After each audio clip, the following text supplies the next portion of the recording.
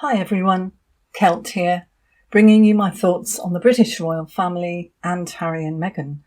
So, welcome back. This is where we delve into the intricate layers of the British monarchy, not with sensationalism, but with careful observation and reasoned analysis.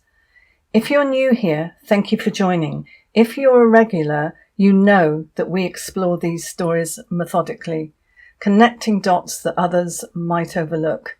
So today I want to build on the video I shared just a few days ago, where I outlined a series of subtle yet profound shifts within the royal family. I suggested that by this Friday, which is in fact today, we might witness the first clear signs of a larger unravelling.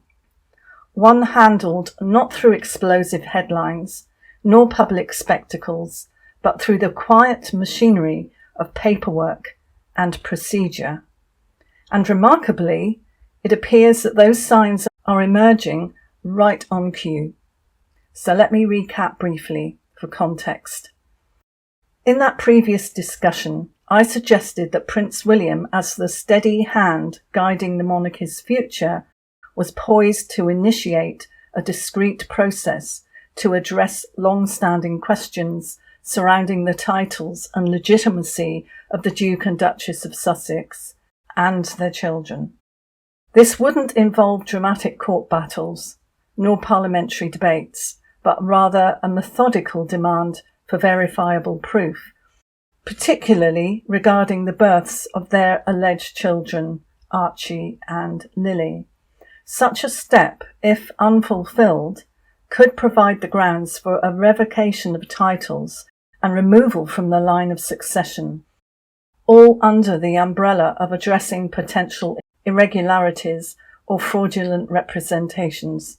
I also highlighted symbolic indicators: the apparent withdrawal of Princess Beatrice and Princess Eugenie from the public eye, and a particularly evocative post from Princess Eugenie herself.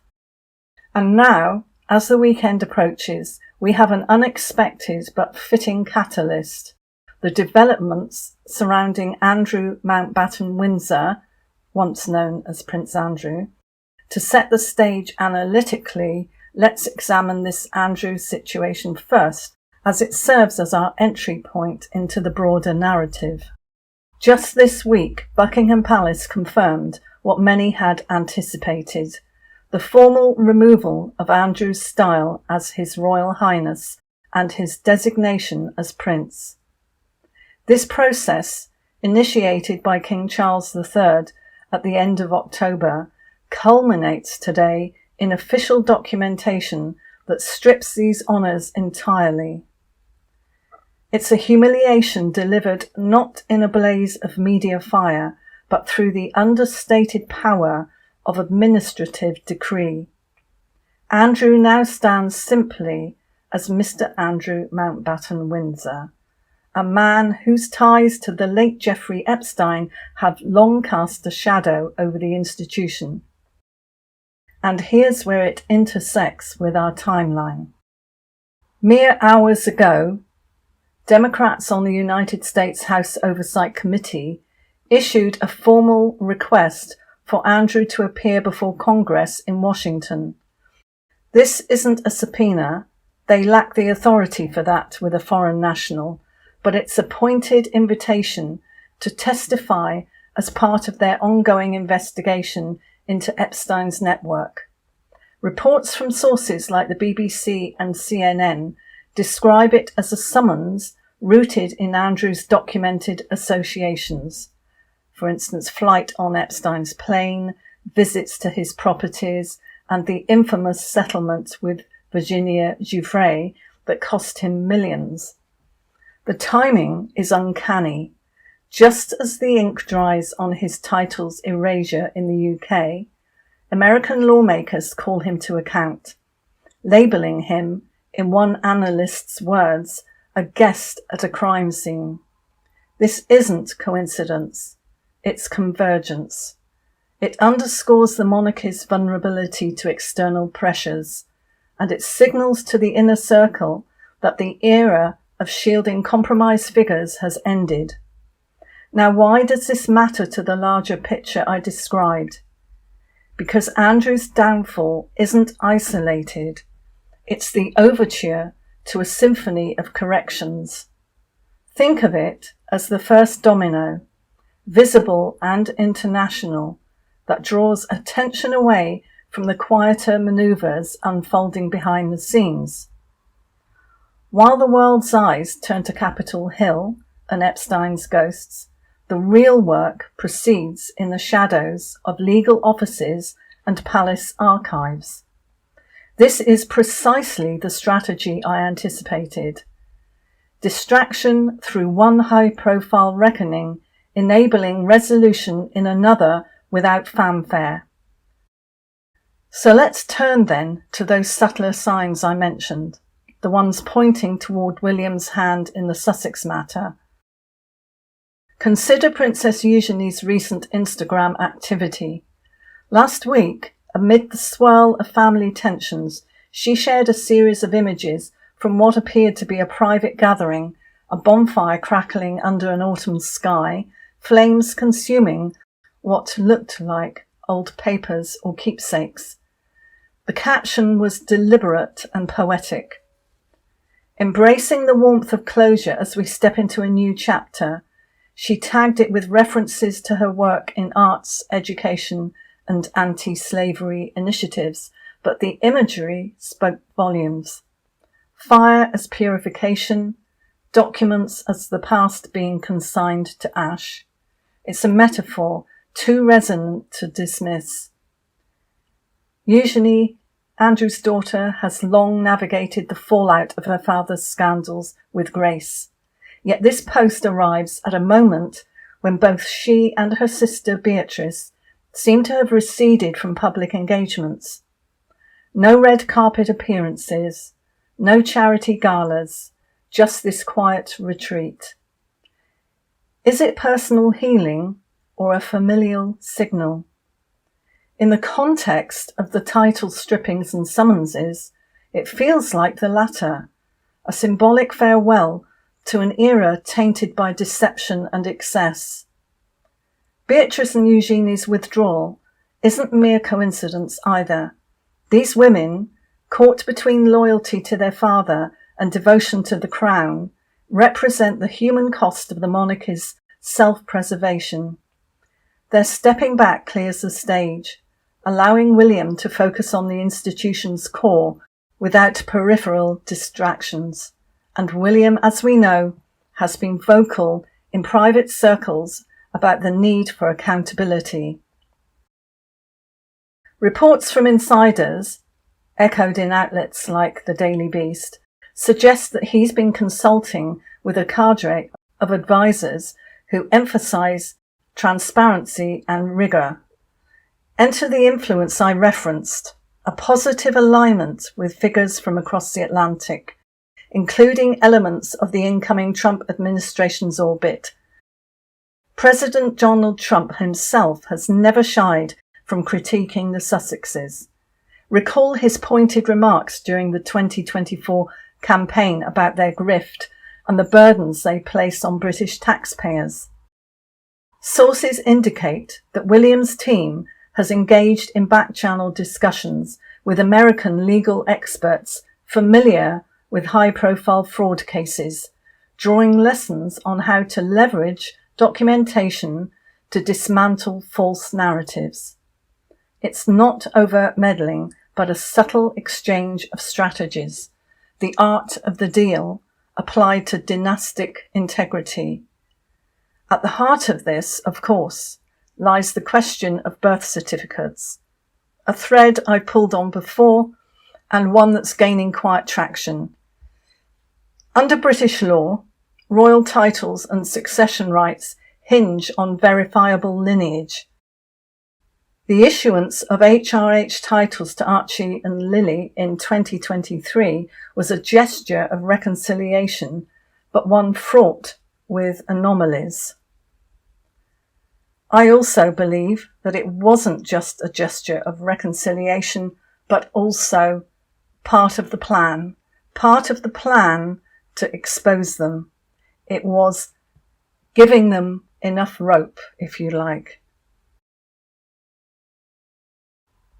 The official birth announcement for Archie cited Portland Hospital in London, yet timelines and witness accounts have long raised eyebrows. A UK court ruling earlier this year, as covered in legal analyses on platforms like Quora and in tabloid deep dives, compelled the production of original certificates in a related privacy suit. What if those documents revealed discrepancies? Not outright forgery, perhaps, but inconsistencies in parentage claims or registration details that undermine the foundation of their titles. Here's where William's approach shines analytically. He doesn't need to prove malice. He simply demands proof. As heir apparent, he wields influence over the Privy Council and the College of Arms, bodies empowered to review and revoke honours on grounds of irregularity. If the Sussexes cannot furnish irrefutable evidence, original hospital records, affidavits from attending physicians, or unchallenged registry entries, the case collapses under its own weight. No trial required, just a quiet advisory from the Crown's legal team, followed by letters patent, withdrawing the styles. Harry's and Meghan's ducal titles could follow suit, as they stem from the same marital grant, and for the children, their princely designations bestowed automatically under the 1917 letters patent would evaporate if parentage is deemed unverified. The line of succession adjusts accordingly, retroactively excising them without a single public hearing. It's elegant, really it's justice through bureaucracy, preserving the monarchy's dignity while excising the rot. And the same will go for Andrew. He will be removed from the line of succession. It's all part of this chess game. It will happen at the right time. Speculation abounds in royal watcher circles. A June report from Tip Hero suggested William was already preparing such a move, and an October piece by journalist Tom Sykes in the Daily Beast predicted the full stripping of HRH from the adults and princely titles from the children upon William's accession. A YouTube analysis from earlier this summer even dissected Archie's birth story, highlighting suspicious delays in announcements and the absence of standard royal protocols. I've also done videos on this in the past. I called it in 2019. I was the first to mention the surrogate on a video, and it all kicked off. These are not baseless whispers, they're patterns, and with Andrew's congressional summons amplifying the noise, the timing feels orchestrated. By the weekend, and it's almost upon us, I wouldn't be surprised if we see the first leaks, perhaps a clarification from the College of Arms or a neutral statement from Kensington Palace about ongoing administrative reviews. Nothing splashy, just enough to confirm the machinery is turning. So what does this mean for the monarchy's future? In essence, it's a reclamation. William isn't acting out of pettiness. He's safeguarding an institution battered by scandals. From Epstein to the Oprah interview, by addressing these issues through evidence rather than emotion, he models the accountability the public craves. The Sussexes, for their part, face a crossroads, provide the proof, which we know they can't, and rebuild bridges, or risk permanent exile. And as for Beatrice and Eugenie, their new chapter might evolve into quiet advocacy roles, free from their father's shadow. As we close this, and I do encourage you to watch till the end for my final thoughts, reflect on this. The royals have always thrived on symbols and silences. The bonfires glow, the summons echo, the unseen paperwork. These are the threads weaving a tapestry of renewal. My prediction from the last video holds. By Sunday, even more pieces will fall into place. Subtle but seismic. Thank you so much for your time, and if this resonates, please like, subscribe and share your thoughts in the comments. What sign do you see next? We've already had the first one, the first of many. For more deep dives on these subjects, join my members, and in the meantime, keep your eyes open. This weekend, I called it. We've already had one sign. Thanks for watching, and I'll see you in the next one. Bye.